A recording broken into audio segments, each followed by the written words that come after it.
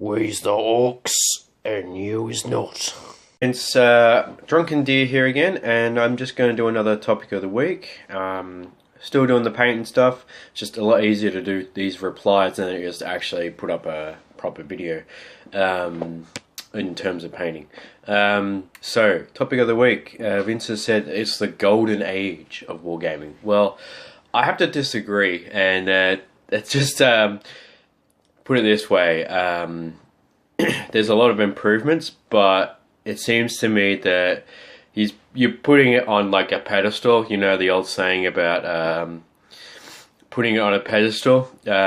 It's kind of like that, and I think it's more to do with the fact that it's more like a dark age, I guess you could say, or just after the dark age, where pretty much GW has opened up the gates, you could say, and opening people's eyes to a lot of alternative games that were already there. And for that reason, yes, it's more like the Bronze Age than the Golden Age, because if it was the Gold Age, then, you know, we'd have like no issues with these topics of the week that you bring up about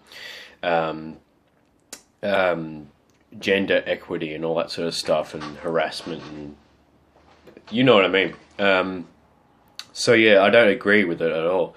I think it's just opened a lot of people's eyes, and just like most things, when things are on the top, it's not like the others that supersede them. Most likely, it's usually that the top usually like political stuff. I'm not going to say any political stuff, but it's usually the people who are in power lose power because they're not listening.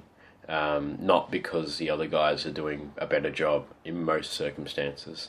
And I think that's what's happened to a certain extent. Like, I don't think it's been a bad run, but it's just a lot of people have been unhappy.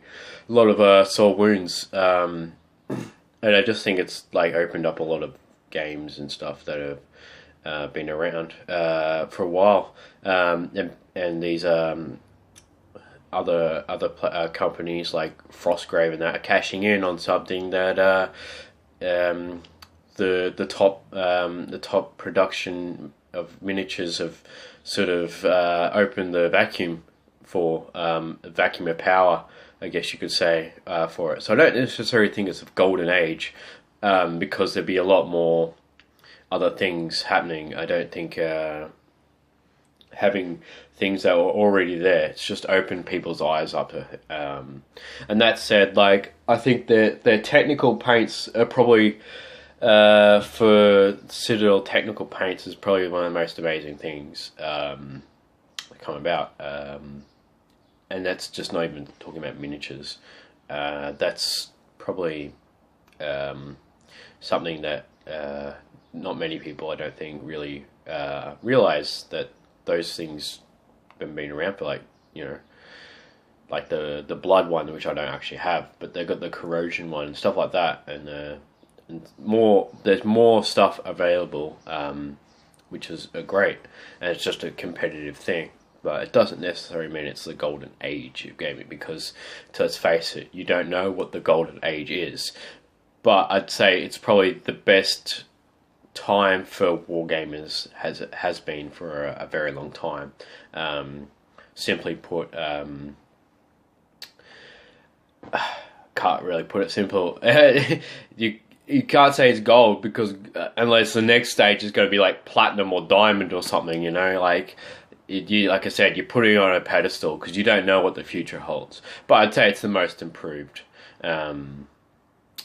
for a long time. But I don't think it's solely the actions of one company. Let's just say that it's just opened the eyes to wargamers because of that, because of all that sort of huge news, I guess you could say. So yeah, that's my topic of the week reply. I hope it's sort of okay, but yeah, I'd like some feedback, and if you need me to clarify something, you know, post in the comments, and thanks for watching.